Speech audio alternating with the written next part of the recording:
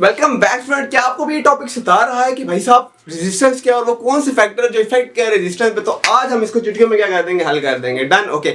और proper practically करके देखेंगे हम इसको। अच्छा, तो स्टूडेंट जो मेन रेजिस्टेंस है वो क्या होता है? वो फ्लो ऑफ चार्जेस को क्या कर रहा होता है? अपोज कर रहा होता है, उनको रोक रहा होता है। डन। अगर एक चार्ज एक कंडक्टर में से जा रहा है तो वो आगे जाके सामने आके खड़ा हो जाएगा, भाई मैं तुम्हें नहीं जाने दूंगा। ठीक है, तो यही मेन काम कर रहा होता है रेजिस्टेंस किसी भी कंडक्टर के अंदर। अच्छा, तो अगर हम स्टूडेंट ये ऊपर वाले रेजिस्टेंस का पार्ट है, ये पार्ट हम बाद में भी करेंगे। तो हमने ओम्स लॉ से ड्राइव किया था कि V बराबर होता है आई आर के, और ये यहाँ मल्टीप्लाई हो रहा है, नीचे जाके क्या हो जाएगा स्टूडेंट? डिवाइड हो जाएगा। और मेरे पास ये R का फार्मूला आ गया, रेजिस्टेंस का फार्मूला आ गया। रेजिस्टेंस बराबर होता है V divided by I। But keep in mind, ये इस पे डिपेंड नहीं कर रहा होता, इन ये फैक्टर्स को इफेक्ट नहीं कर रहे होंगे। वो हम देखेंगे कौन से फैक्टर्स को इफेक्ट कर रहे हैं, वो क्यों, ये दोनों पे क्यों नहीं डिपेंडेंट है, उसको देख लो। क्योंकि हमने पढ़ा था स्टूडेंट कि हमारे पास जो ओहमिक ग्राफ होता है वो एक स्ट्रेट लाइन ड्रॉ हो रहा होता है, ऐसा है कि नहीं है? तो अगर एक स्ट्रेट लाइन ड्रॉ हो, इसका मतलब है कि जैसे जैसे वोल्टेज बढ़ेगा वैसे वैसे करंट बढ़ रहा है। अगर ये वोल्टेज भी वैसे बढ़ रहा है, करंट भी वैसे बढ़ रहा है, तो यहाँ पे जो मेरे पास वैल्यू आएगी स्टूडेंट वो कोई कांस्टेंट वैल्यू आ जाएगी ना। इसका मतलब है रेजिस्टेंस इस चीज पे तो डिपेंड नहीं कर रहा ना वोल्टेज पे डिपेंड कर रहा होगा, ना करंट आई पे डिपेंड कर रहा होगा। क्योंकि ओहम्स के जो हमारे पास कंडक्टर होते हैं उसकी तो शर्त ही ये होती है कि उसकी रेजिस्टेंस क्या रहती है? कांस्टेंट। मतलब अगर मैं करंट वोल्टेज बढ़ाऊं तो साथ ही करंट भी क्या हो रहा हो, मेरे पास बढ़ रहा हो। जिस तरह अगर मैं इसको मजीद आपको सिंप्लीफाई करके दे दूं स्टूडेंट, देखो अगर मैंने 30 वोल्टेज दी है यहाँ पे, ठीक है, ये मैंने 30 वोल्टेज दी और यहाँ पे मेरे पास करंट कितना है, तो मैं कहता हूँ 3 एम्पेयर आ जाता है। ओके, और अगर मैं मजीद 10 वोल्टेज और बढ़ाऊंगा, अगर 40 वोल्टेज करूंगा, तो स्टूडेंट कॉमन सेंस की बात है, यहाँ पे एक और एम्पेयर क्या हो जाएगा, बढ़ जाएगा। ऐसा है कि नहीं है? 3 एम्पेयर से कितना हो जाएगा स्टूडेंट? 4 एम्पेयर हो जाएगा। ओके, अगर मैं वोल्टेज की यहाँ वैल्यू पुट करूँ स्टूडेंट, वोल्टेज क्या है इस वक्त मेरे पास यहाँ पे? अगर मेरे पास वोल्टेज क्या है, फर्स्ट वाले में 30 था और नीचे ऊपर क्या 3, तो वैल्यू कितनी आ जाएगी स्टूडेंट? 10 आ जाएगी। ऐसा हुआ नहीं कि कांस्टेंट वैल्यू आ गई आर की। ओके, अच्छा, अगर दोबारा मैं आगे वाले पे जाऊं, इस पे मेरे पास 40 वोल्टेज था और आपकी बात एम्पेयर भी बढ़ा, क्योंकि हम यही तो बात करते हैं, वोल्टेज बढ़ा तो एम्पेयर भी बढ़ जाता है। अब अगर इसको मैं 4 पे डिवाइड कर दूंगा तो अगेन मेरे पास कितना रेजिस्टेंस आया स्टूडेंट? अगेन मेरे पास 10 यार। इसका मतलब है रेजिस्टेंस जो है वो वोल्टेज और करंट की रेशियो पे डिपेंड नहीं कर रहा, क्योंकि ओहमिक कंडक्टर तो शर्त ही ये है कि उसका जो रेजिस्टेंस हो वो क्या रहे, वो सेम रहे, वो कांस्टेंट रहे हर पॉइंट पर। ठीक है, फिर वो कौन से फैक्टर है जिस पे इफेक्ट करेंगे उसको भी हम देखते हैं, लेकिन उससे पहले हम ये देख लेते हैं कि हम इसका जो यूनिट ऐसा यूनिट रेजिस्टेंस का स्टूडेंट्स वो हमारे पास है ओम्स। ठीक है, क्योंकि रेजिस्टेंस देखो बराबर है V divided by I। V जो है पोटेंशियल डिफरेंस है वो हम वोल्ट में लेते हैं, और करंट स्टूडेंट हम एम्पेयर में लेते हैं, तो नीचे एम्पेयर आ जाता है। तो V डिवाइडेड बाय जब एम्पेयर होता है उसको हमने ऐसा ही उसको यूनिट नाम दे दिया। वो किसके बराबर होता है स्टूडेंट? हम ओहम्स में क्या करते हैं, रेजिस्टेंस को ओहम में रुकावट जो है, जो फोर्स जो आगे से चार्जेस को नहीं जाने दे रहा होता, उसको हम किस में मेजर करते हैं? ओम्स में। और उस तरह का उसका सिंबल है। देन फिर डिफरेंट तरह के आप किलो ओम्स होगा, फिर मेगा ओम्स होगा, जितना बढ़ेगा उतनी रुकावट क्या होगी, बढ़ेगी। ठीक है, वो बुक में लिखा है, उसको इतना कोई खास वो नहीं। अगर किलो है तो मीन्स 10 पावर 3 ओम्स हो जाएगा, और अगर मेगा है तो 10 मल्टीप्लाई पावर 6 हो जाएगा। यानी कि जितना मैं बढ़ाऊंगा पावर 10 की बढ़ेगी, इसका मतलब है उधर हमारे पास रेजिस्टेंस उतनी ही ज्यादा। अब हम सर्किट्स में डिफरेंट तरह के रेजिस्टेंस जो होती है यूज करते हैं, जहां पे हमने ये देखना हो कि हमने यहाँ पर चार्जेस को स्लो डाउन करा देना। ठीक है, यानी कि यहाँ पे फ्लो ऑफ चार्जेस को स्लो करवाना है अगर सर्किट में किसी जगह पे, तो वहां पे स्टूडेंट हम रेजिस्टेंस का यूज करते हैं। हमारे पास डिफरेंट तरह के रेजिस्टेंस भी होते हैं। ठीक है, ओके, डन। अच्छा, अब हम देखते हैं स्टूडेंट जो हमारा मेन है वो हमारे पास है कि कौन से फैक्टर है जो इफेक्ट कर रहा है रेजिस्टेंस को। ठीक है, मैं इसको रिस्क कर रहा हूँ। ओके स्टूडेंट, ये हमारा जो था आज मेन टॉपिक ये है। ठीक है, तो स्टूडेंट अगर वोल्टेज और करंट पे डिपेंड नहीं करा तो भाई फिर किस पे डिपेंड कर रहा है? रेजिस्टेंस। तो स्टूडेंट जो हमारे पास फर्स्ट यहाँ पे है जो रेजिस्टेंस डिपेंड करती है वो लेंथ पे डिपेंड करती है किसी भी कंडक्टर के।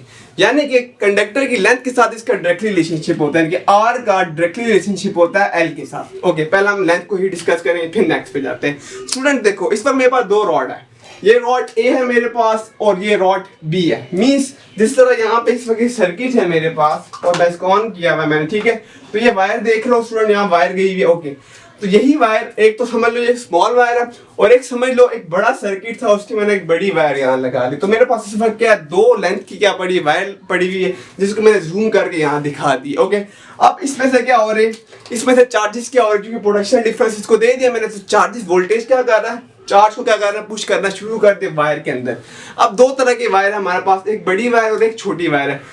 अभी मैं बड़ी वायर ले लेता हूँ जो कि यहाँ है नहीं, लेकिन फर्ज कर लो कि यहाँ पे एक लंबी लेंथ की क्या थी, वायर थी। ओके, और मेरे पास यहाँ पे स्टूडेंट कुछ मार्बल्स है यहाँ पे, ठीक है, बनते हैं, ठीक है हमारे पास। और मैं क्या करूंगा, यहाँ से उसको क्या करूंगा, गुजारूंगा, ठीक है।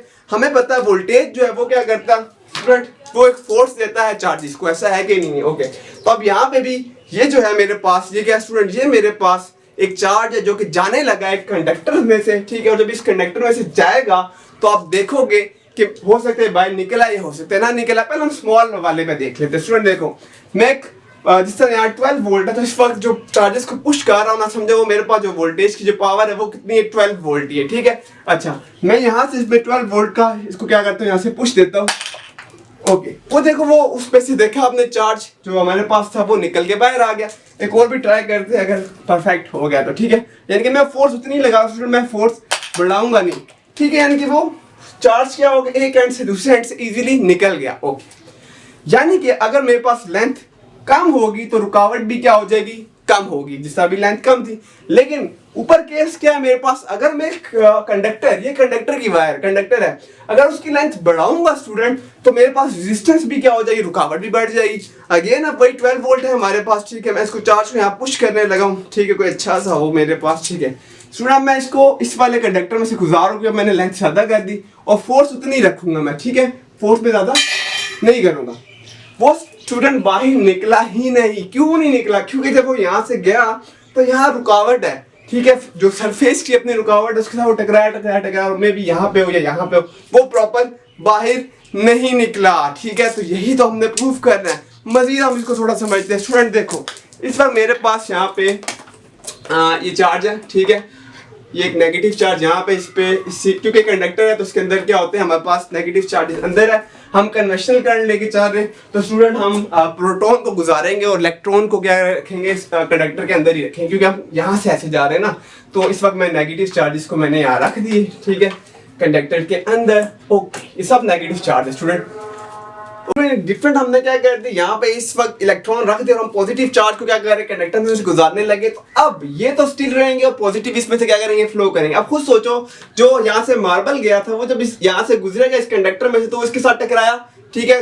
तो जब टकराएगा इसके साथ तो क्या हो जाएगा, इसकी जो स्पीड यूं जा रहा था कम, इसके साथ टकराएगा और कम, इसके साथ टकराएगा और कम, और यहाँ तक आते आते सबने क्या कर दी, एनर्जी लूज कर दी, क्योंकि वो इन सब इलेक्ट्रॉन के साथ टकराता हुआ क्या जा रहा है, यहाँ पे जा रहा था और यहाँ पे आके अपनी पावर वो लूज कर गया और यहाँ पे वो ठहर गया।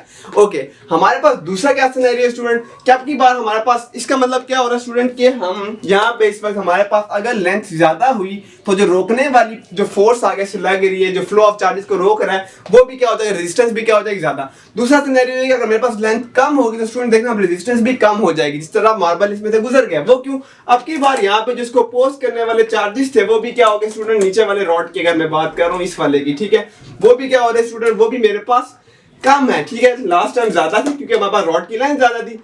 अब जब कोलिजन होगी तो कोलिजन भी कम होगी। देखो जब यहाँ से मार्बल गया वो उसके साथ टकराया, फिर इसके साथ टकराया और इसके साथ टकराने के बाद वो यहाँ से आगे फ्लो हो जाएगा, जिसको भी जो भी हमने आगे लोड रखा होगा उस तक वो चार्ज क्या हो जाएगा, पहुंच जाएगा।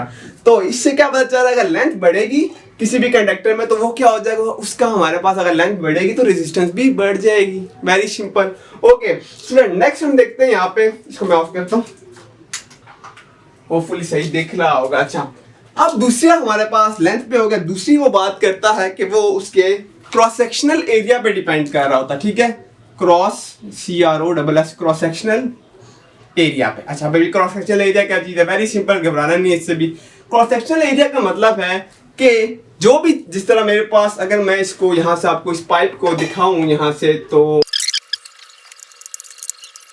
Okay student, cross sectional area का मतलब ये है कि जिस तरह वायर का अंदर वाला जो हिस्सा होता है स्टूडेंट, ये अंदर वाला जो हिस्सा होता है इसको हम क्या बोलते हैं, क्रॉस सेक्शनल एरिया।